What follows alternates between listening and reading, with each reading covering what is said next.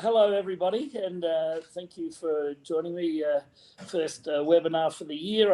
I should give a little bit of history about D'Arenberg.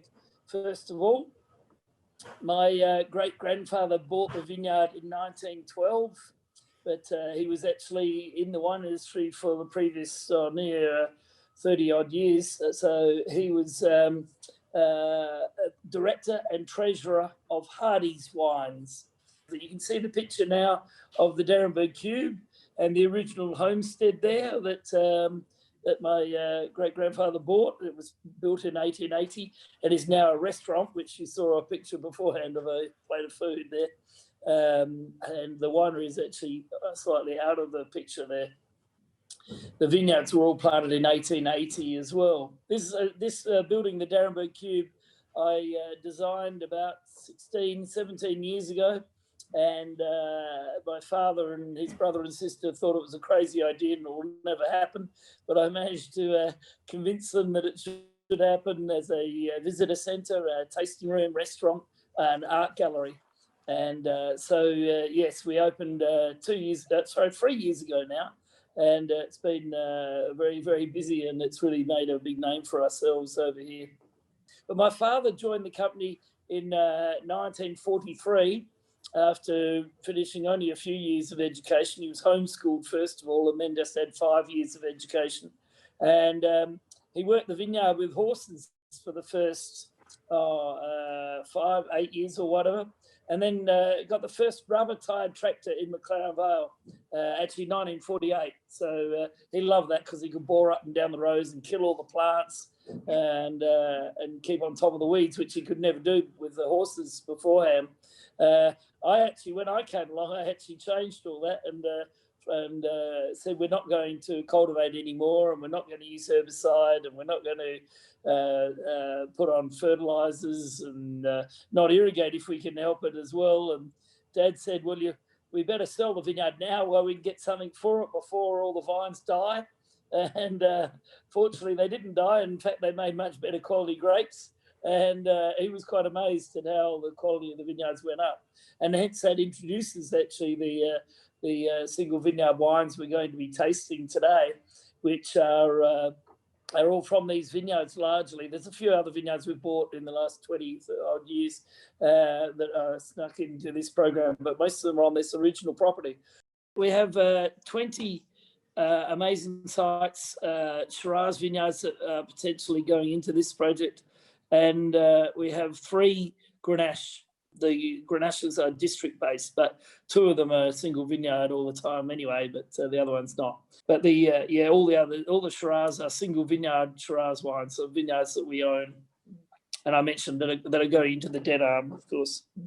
We started this project in 2009 with only 3 vineyards of Shiraz and 3 of Grenache. And then in 2010, we went to 12 vineyards of Shiraz. And now we're up to potentially 20, but I don't do every one of them every year. So some of them only, some years it works out, and sometimes some don't, so they swap around a little bit. So usually there's about 15 or 16 that I do every year. But yeah, so 2010 was the first vintage where we did a lot of them really. And that's what you have, obviously.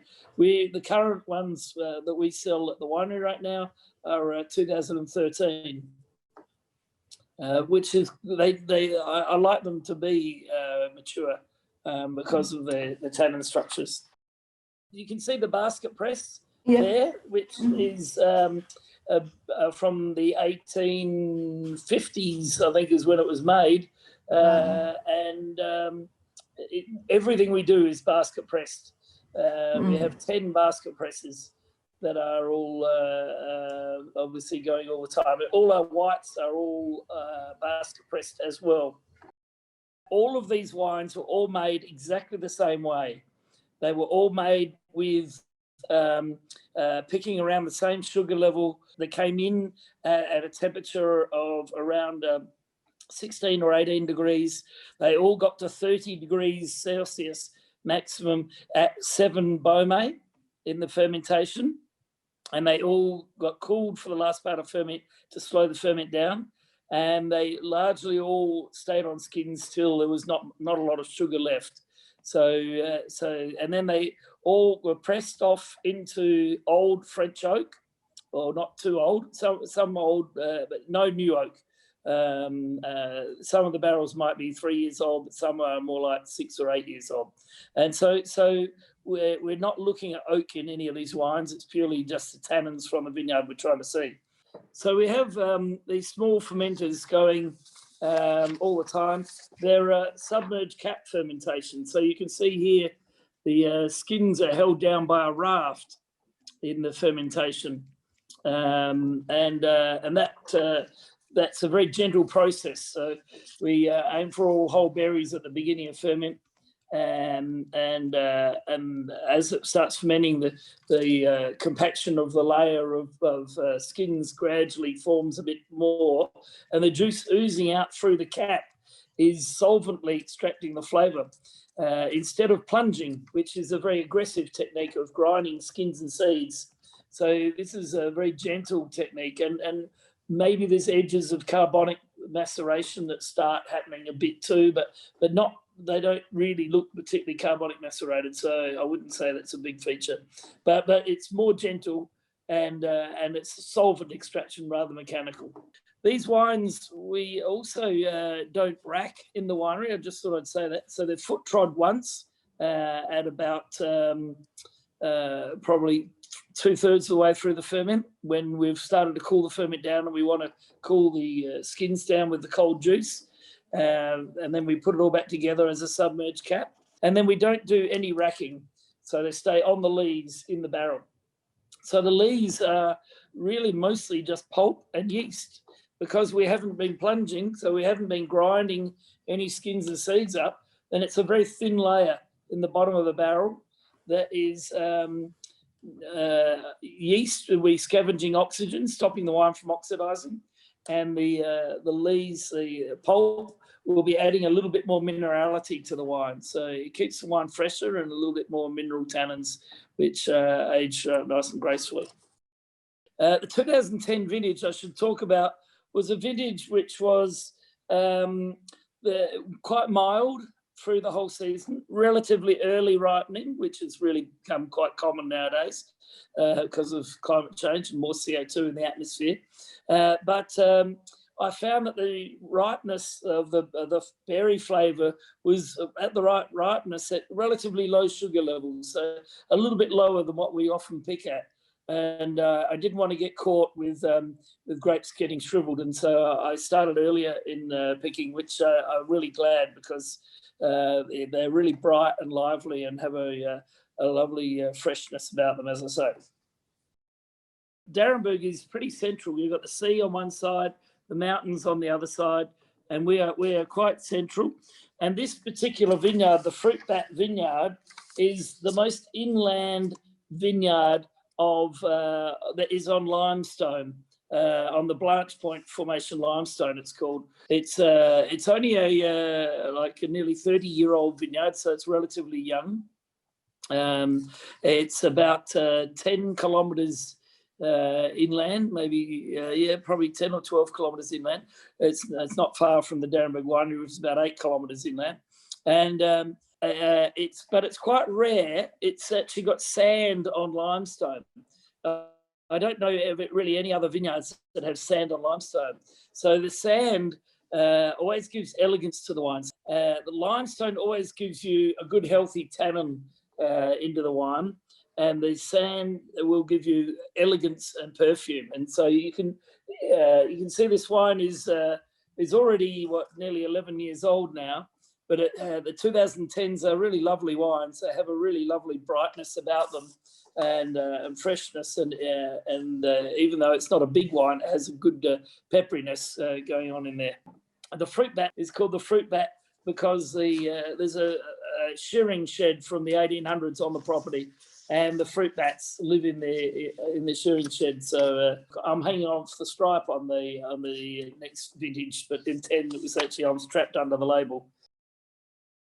And what you should see with Little Venice, this vineyard here, which is right next door to the fruit bat, There's a label you can see in Little Venice. I'm hanging on the stripe here, but actually that's the only vintage where I'm hanging on the stripe. After that, I'm actually holding an oar.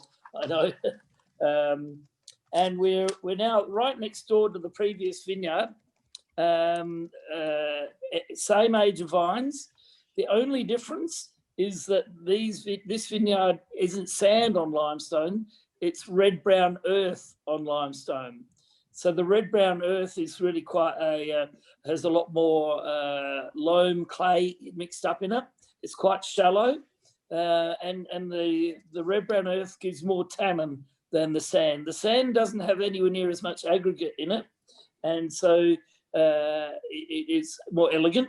And the sand also lets more water through when it rains. You get the water going through into the soil more readily, whereas the clay soils, the water actually evaporates out through the clay again. So whenever there's rain, the harder grounds work well.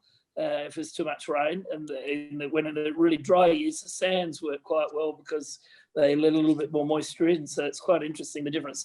So there's always more tannin if you've got more clay in the soil on the top. The limestone underneath is somewhat similar to the previous wine, and limestone always gives quite a blocky tannin that is more narrow in shape than sandstone. But we'll get to some sandstone wines shortly. But the limestone, as I say, has quite good tannin structure. This one's called Little Venice because we bought this whole vineyard. We'd always bought the grapes from this vineyard when it was planted 30 years ago. But in 2007, I was in Venice when this vineyard came up for auction, and we bought it while I was in Venice in the auction. But it has a spring-fed dam as well, so it's like a little Venice in that sense too. So we now move to the Vociferate Dipsomaniac, which is this vineyard here. So this vineyard is actually where the D'Arenberg winery is. In fact, it's right next to the D'Arenberg Cube in the centre of McLaren Vale. Now we're only like 7 or 8 kilometres from the sea, so the nights are a little bit warmer and the days are a little bit cooler, slightly more maritime. But we actually have quite high diurnal variation in the middle of summer. Right now we're getting temperatures of the 20s, anywhere between 22 and 30 most days, and the nights are getting down to like 12 to 15. So, and sometimes they can be quite a bit cooler than that. So it's unusual to be near the sea and to have cold nights like this. And it's because we have a mountain range next door, and the winds from the ocean below the mountain range. We're at the top of a peninsula. We're getting the cold winds off of the mountain range, the Adelaide Hills region, at night time, and this is cooling us down a lot. And now this wine is made from the same geology again, still 56 million year old limestone. And the soil on the top is a red-brown earth, just like the last one. But the vineyard is more 55 to 60 years old, somewhere in that area. Well, it's planted in the 60s. So it's a nearly 60-year-old vineyard. Yeah, so this is one of the original vineyards. Well, it's on one of the original vineyards, but Dad planted it there in 69, pulled out vineyards that were getting too old before then. And this gives more of the geology, will make more of an influence in the wine. So you see more earthiness, more tannins, and more rusticity in the wine. And this usually has a lovely little purple note and in amongst the earthiness. Like when it's young, it has a nice violet-like character. A dipsomaniac is someone who drinks a bit too much alcohol, and vociferate means vigorous. So this wine is so good, you'll have to seek out more of it, and you'll drink too much of it, and you'll become more vigorous as well. So that's why it's called that.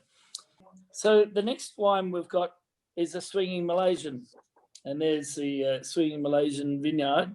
And this is the Swinging Malaysian wine, which you've got there. And here I am as a pixie swinging on the stripe. And now this vineyard is called the Swinging Malaysian because my father planted it in 1969, and he used little tiny posts that were from Malaysia, just little square posts that all broke once we started machine harvesting. And so he called it the Malay block. I called it the Swinging Malaysian because of rumours of locals going to swinging parties. This vineyard is very close to the last vineyard. There's only one other vineyard between it. It's at the same altitude. We're at about 100 metres here now. But the vineyard has sandstone underneath it instead of limestone. And then part of the vineyard actually has sand on top of the sandstone, and part of the vineyard actually the sand is all gone, and it's just sort of a clay on top of sandstone. But the sand is still most of the vineyard, and so sand I mentioned gives you a fruitiness and an elegance. And now sandstone is only 2.4 million years old, as opposed to the 56 million year old limestone. And so it has a lot more micronutrients in the geology, in the sandstone. This gives a lot more wider array of tannins, but there's a bit of elegance because it is sand on top, giving more elegance to the wine than if it was a more clay on top. But you can see fine tannins right through to big chunky tannins, whereas the limestone is more blocky, more narrow in its nature of tannins. And the same age of vines for this as the last wine, again planted in the 60s, as I mentioned. The reason the sand for part of the vineyard is gone is because of Dad's cultivating, and by stopping the cultivation, then I've reduced any erosion that was happening on the vineyard, and a lot of it was wind erosion actually, because it's sort of on a windy spot there on a rise of a hill. We have actually two hands, giant sculptures of hands coming out of the land, which the fingers have been replaced with the four winemakers, four fingers with the four generations of winemakers. And so it's right next to this that we have this the vineyard is right next to there. The sandstone's very friable in McLaren Vale. The roots love moving through it. They really love getting into it. So it gives an extra earthiness. Being young, you get this extra young geology, getting not only a wide array of tannins, but there's always an element of earthiness in every sandstone wine, which is a little bit sooty-like sometimes, especially the older the vines get, but also always an earth character. Interesting enough, this wine shows quite a bit of spiciness, like quite Asian spices, a mixture of Asian spices, which is quite lovely, especially when it's young. It's really, really obvious. So now we're actually going to the J.R.O Afflatus, and that's the vineyard. It's taken from one hill across to the other hill. It's a little tiny vineyard up here, planted in 1912 by my great-grandfather, and it's the same rise almost, as the same height almost as the Swinging Malaysian. So same geology, same everything. Just the difference is that around 100-year-old vines, and so the roots will be down, getting a little bit more of the earth of character from the geology. So you can see more soot and tar, and actually this vineyard also has, when it's young, quite an interesting passion fruit little note, which is different and interesting. It probably doesn't show it as much now, but it should show the exotic tannins at the end a little bit stronger, less spicy and less and more irony, earthy, sooty characters. I've got a caricature there of Joseph loving his vine. Afflatus meaning his inspiration, I suppose, for anything. This is the J.R.O. There I am. I'm a pixie, always a pixie, but I'm stuck under the label. because this represents my great-grandfather, even though he's dead, is still trying to control me, so he's holding me down. Here we have with Shipster being in rapture, as the pixie there. We call this Shipsters Rupture because Shipster originally owned this part of the vineyard, and he planted it in the 1880s, and he would have been in rapture over the quality of the wines. And so this is the cartoon that was done with Shipsters Rupture.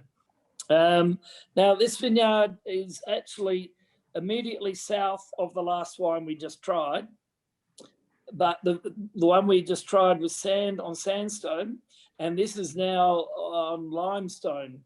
We're on a grey loam on limestone, but it's very south facing, so it's quite steep.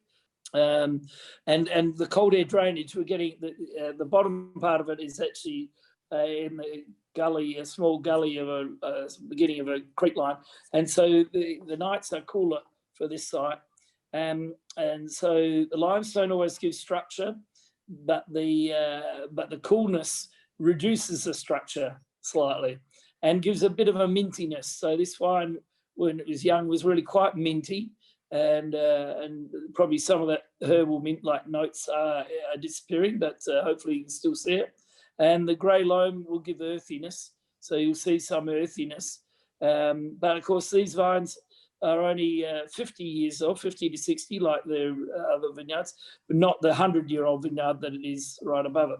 So the best comparison for this wine is actually to look at the Vociferate Dipsomaniac, because they are nearly identical geologies, but the Vociferate Dipsomaniac, and same age of vines, but the Vociferate Dipsomaniac is facing very slightly north, and the Vociferate Dipsomaniac facing south and down the bottom of a gully. So you should see the aspect influence on this wine, being cooler and mintier, but still with an earthy. But its grey earth as well is slightly different. So the Vociferate Dipsomaniac red-brown earth is a little bit more blood-like. A grey loam is a little bit more earthy-like, so and less blood-like. So you'll see that earth character, but again, the earth character is more reduced just because of the cooler nights in this site. The next one is quite different. The Garden of Extraordinary Delights. We're in a completely different part of McLaren Vale now. It's a beautiful part of McLaren Vale. So this is quite a bit inland, much more inland than the vineyards we've been tasting, so more like 15 kilometres inland. And we're sand on sandstone again, very much like the Swinging Malaysian. And the sand is relatively deep on sandstone. So the sand always giving elegance, the sandstone giving earthiness, the age of vines giving more sooty-like characters and earthy characters. But being inland with the cold nights, then it gets a certain elegance and increased fragrance into the wine, which is lovely and perfumed, but still with the old vine-like characters. So this is, I suppose, this wine is best compared with the J.R.O Afflatus, which is also sand on sandstone and is also 100-year-old, but it's in a different part of the Vale. As I mentioned, it's colder nights and warmer days, so we get a different fruitiness into the wine. Yeah. Okay. So the next wine we're going to look at is the Bamboo Scrub. And here's a picture of the vineyard. It's outlined. You can see there at the back. This is a west-facing vineyard. It's on a different geology altogether of all those other wines that we've been having. It's also quite inland, so similar inland to the last wine. and it also has sand on the surface, very much like that last one. But instead of 2.4 million year old sandstone, it's got a 56 million year old clay with no limestone in it or sandstone in it. And it's actually quite hard for the vines to get into the clay. It's quite, they scoot along the top of the clay. So it goes through the sand, which is relatively deep, maybe a bit deeper than the other vineyards, and then scoot along the top of the clay, just getting a little bit of moisture out of the clay all the time. And this gives keeps them going without stressing.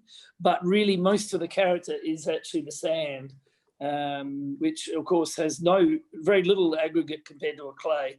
So these wines are always more perfumed and juicy. So with the warm days they get, and we're at 150 meters altitude as opposed to 100 where most of those others have been. Then it gets a little bit more coolness, maybe slightly cooler side, but not much cooler.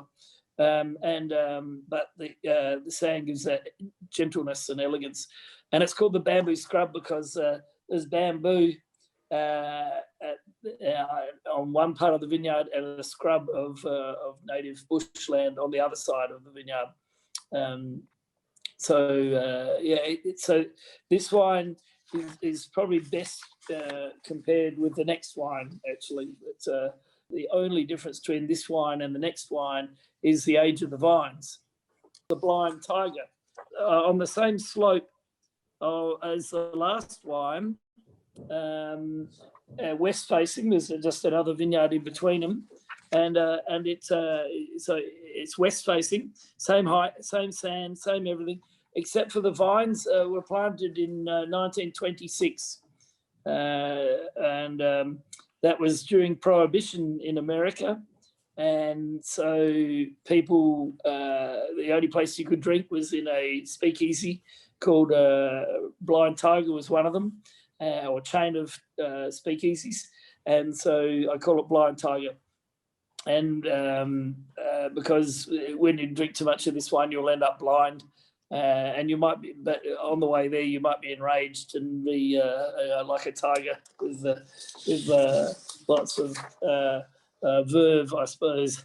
And there's the label in the vineyard with the guy dressed up in the 1920s or 30s outfit there. And here is the caricature with during Prohibition, of course, the police giving the guy a hard time about his criminal activities.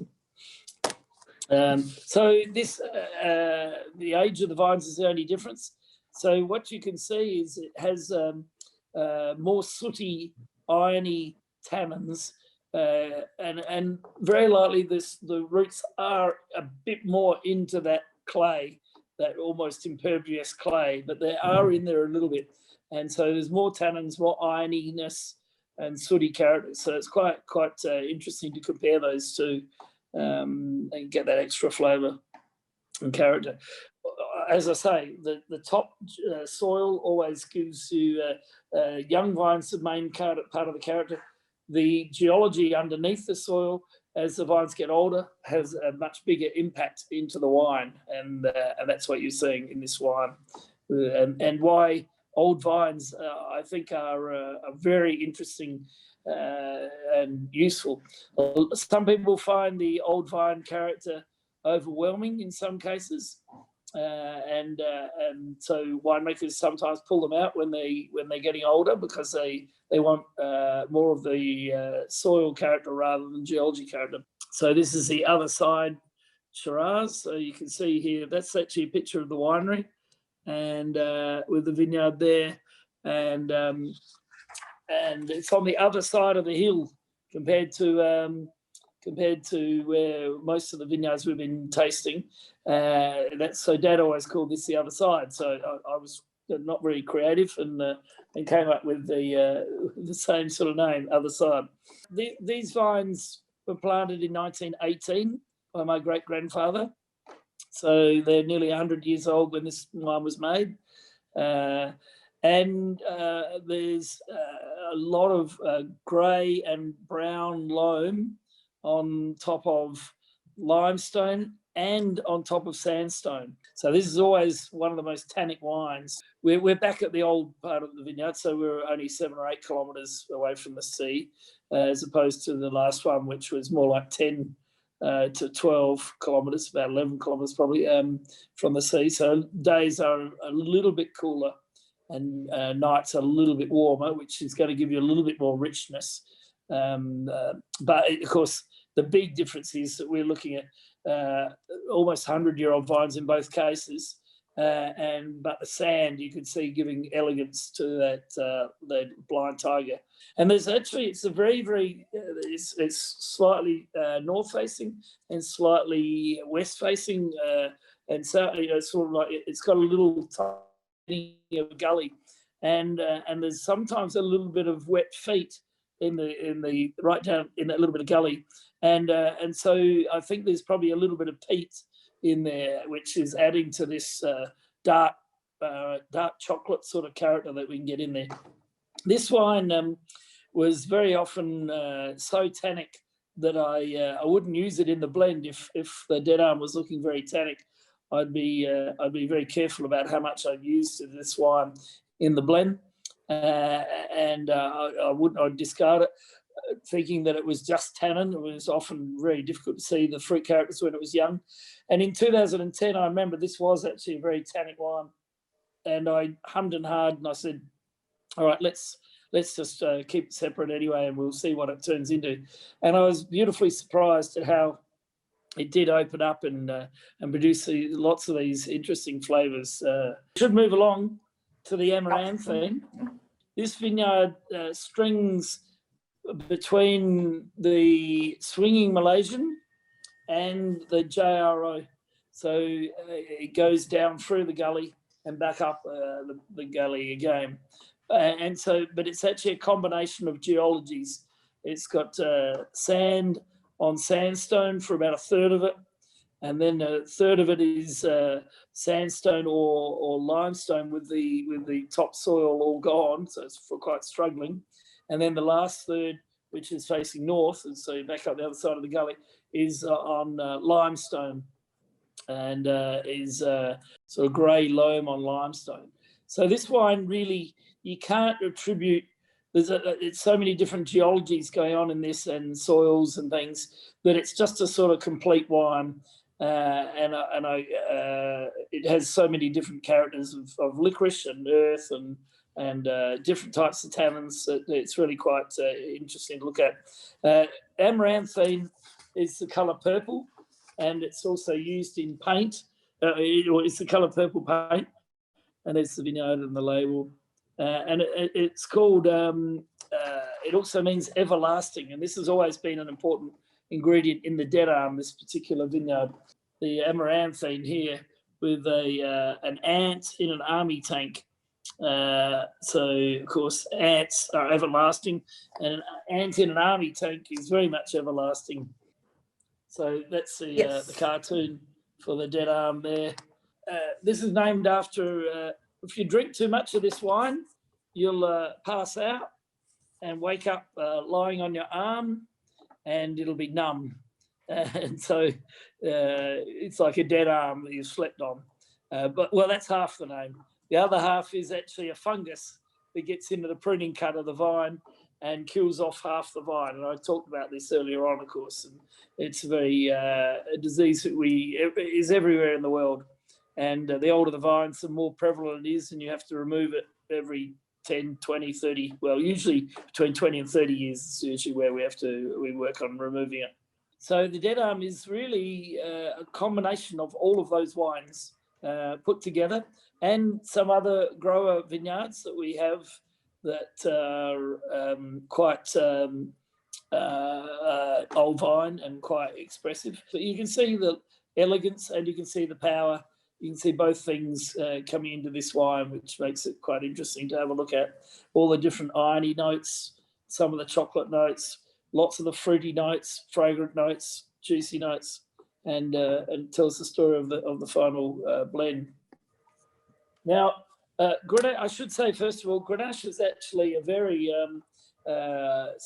greatly suited variety to McLaren Vale.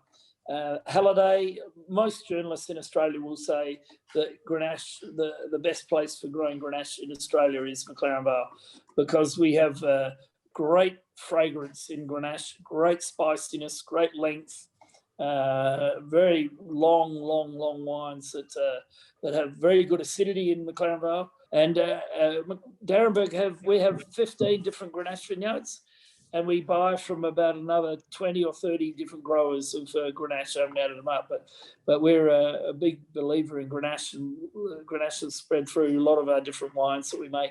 We pick the Grenache with pHs of usually 3.1 or 3.2, so they have a lot of potential for aging, which is, of course, unusual for Grenache. And you'll notice with these wines that they do need a bit of air to open up in the glass. So yeah, leave some of the bottle and come back to it later, because they really open up really beautifully as they breathe. And as I mentioned, I picked the Grenache's lower sugar levels than normal. In fact, I think this one I picked at more like 13.5. Now the Blewitt Springs is the same vineyard district that we mentioned where the Blind Tiger and the Bamboo Scrub are. So this is deep sand on clay, quite a hard clay. But these are vineyards that are even further to the back of Blewitt Springs, so 15 or 16 kilometres inland. So again, a little hotter again, and the nights are cooler there at about near 200 metres altitude.